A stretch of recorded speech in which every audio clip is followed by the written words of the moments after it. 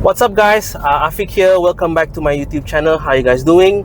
So today I'm driving a quick first impression of the latest Toyota Innova. So this is the Toyota Innova Zennix. So the Toyota Innova Zennix is a completely new model compared to the old Innova. When I say it's completely new model, everything from chassis as well as drivetrain is all new. Okay, so now the Toyota Innova Zennix is running unibody construction, where the previous Innova is body on frame. Okay, so this current Innova now sits on the new TNGA platform, okay, which underpins all modern Toyota.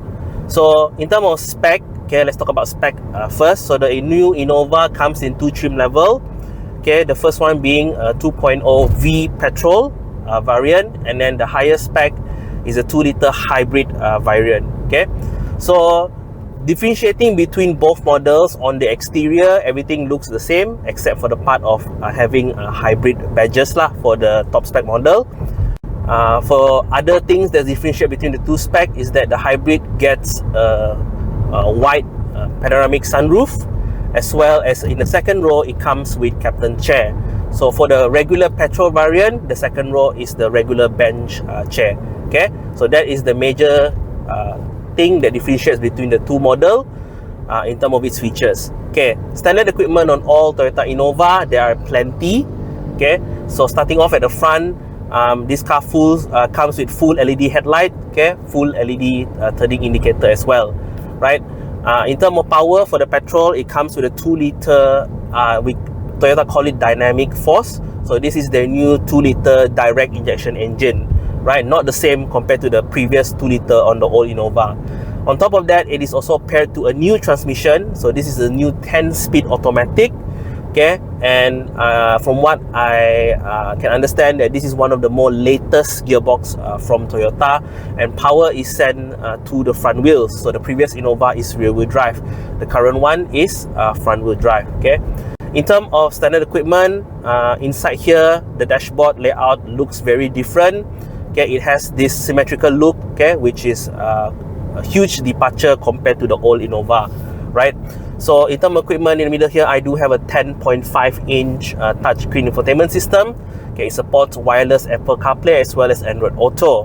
Now that screen, if you pop into reverse, it also shows you the 360-degree camera, which you can also activate via a button on the right side of the driver. In terms of the seat, okay, so the seat here comes with black leather seats, and for the driver's side, you do have power adjustment for the seat. All right.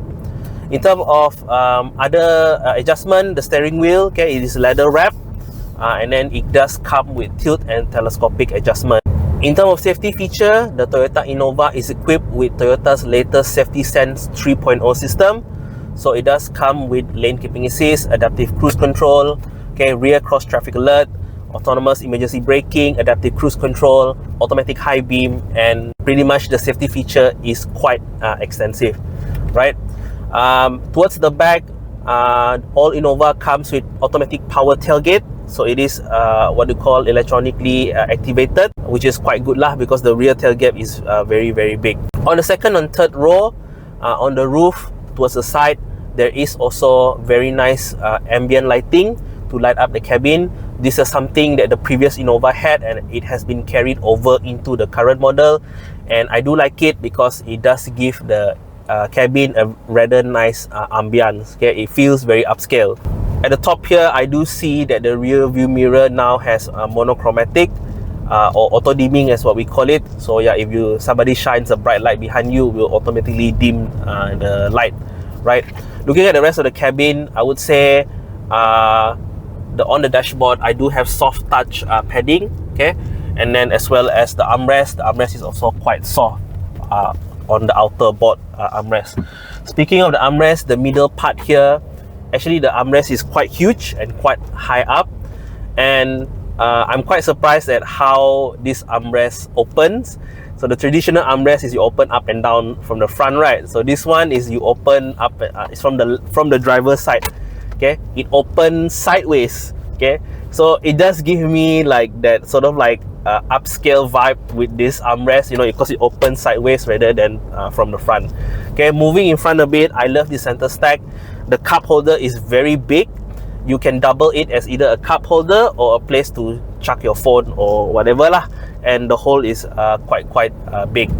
In front of me, this center stack, I'm happy to report that the center stack actually look very neat and very clean.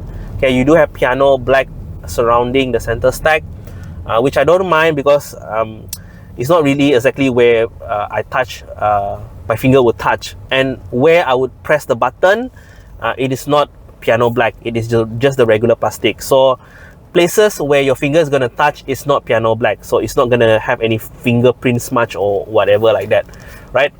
So the gearbox, it is mounted up high, and I do like the position of it because when I'm holding the gearbox, the shifter, it's nicely at the location where I can rest my elbow on the armrest. So if you're the type of person who drives and like to hold the shifter, you have the armrest here. I feel like this is a very nice and commanding position. Okay, if you always need to change gear, what they call rapidly. Okay, speaking of changing gear, there is the plus minus Tiptronic lah, we call it. Okay, the one to change your own gear. You can do it in this car, so it powers the 10-speed automatic. So Innova doesn't come with a manual. Many cars don't come with manuals anymore, right? Another thing I like on the passenger side, besides having a huge glove box, on top of that you also have a very deep shelf, and that shelf is very deep in a way that it can swallow your phone, the kids' water bottle, and etc. Okay, and you even have a power outlet at the side of it. So if you are want to charge your phone, that is a nice place to put your phone, right?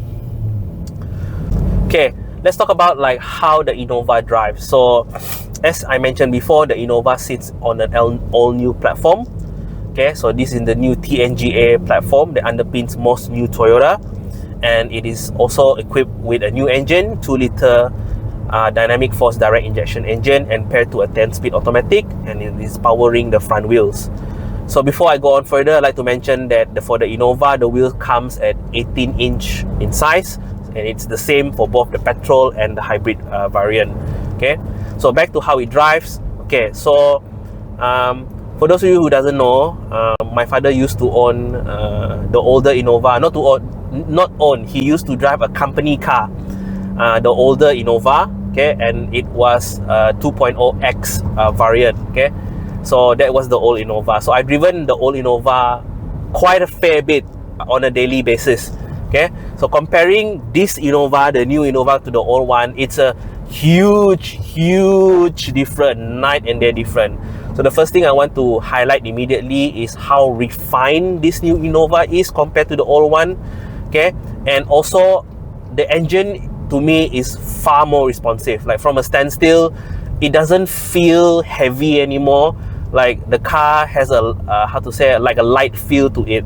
So from a standstill, the car can easily take off, and yeah, combined with the steering wheel. So the steering wheel, it is leather wrapped, and I'm happy to report that the steering wheel, the ring is like a smaller size. So like compared to the old Innova, the steering is fair bit bigger. So when I get into this car, combination with that light throttle response, the car feels very agile for what it is. For the size, I feel like this car is actually very easy to maneuver, and it does inspire confidence in a tight situation. Like turning the steering wheel in parking speed, I can just turn it with one finger. Like that's how what they call this, convenient it is. Okay, so overall, like in terms of maneuverability, like in a slow speed situation, it is far better compared to the old Innova. Okay, and then the 10-speed automatic at higher speed, I feel like the logic is decent. Okay, it gets up to gear quite logically, and it does help bring the RPM down at higher speed. Okay, because with the older car, there was an issue with the Innova. At higher speed, the RPM is very high, and the max speed it can reach is just 150 like that.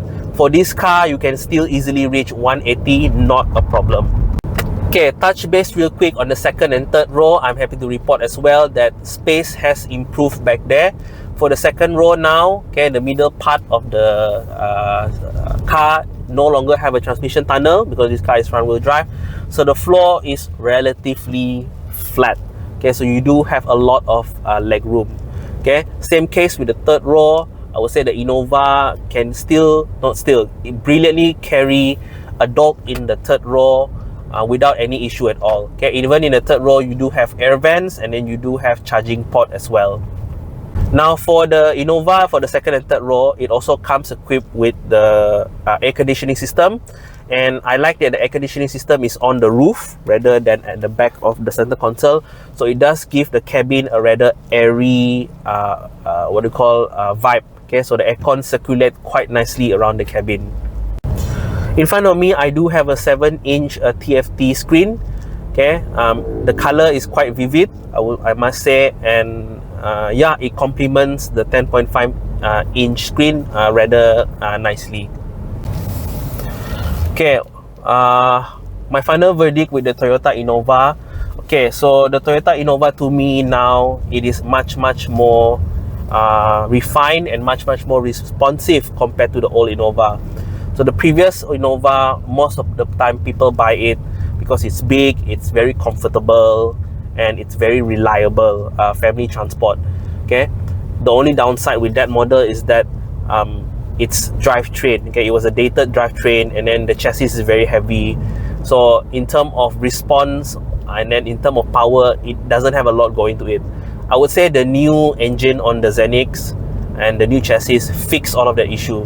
The Innova is still as comfortable, as large compared to the old car, but now you can say that the Innova drives better. Okay, the response is much better. Okay, thanks to the 10-speed automatic, I would say the fuel economy is also better now, and the whole car just have this sort of like crossover vibe. Jumping into this car, looking at how the cabin look and how it drives, I don't really feel like I'm driving an MPV. It feels like I'm driving a mid-size crossover SUV. So that is the vibe I am getting here. The steering, like I said, it has a light feel to it. The size is very small. So again, the overall vibe I'm getting is I'm driving a big SUV, not really an MPV, and that can be a good thing, right? In terms of tech as well, I would say it's really up to date. Safety is very good. You have a lot of charging ports everywhere.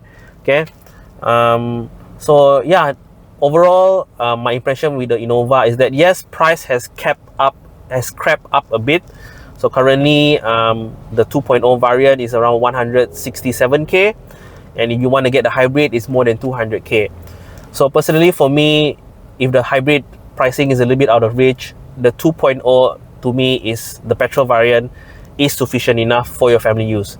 And the Innova is a very wide car. Okay, so technically speaking, even in the third row, you can fit 3 people abroad. Okay, so the size of this car is very big.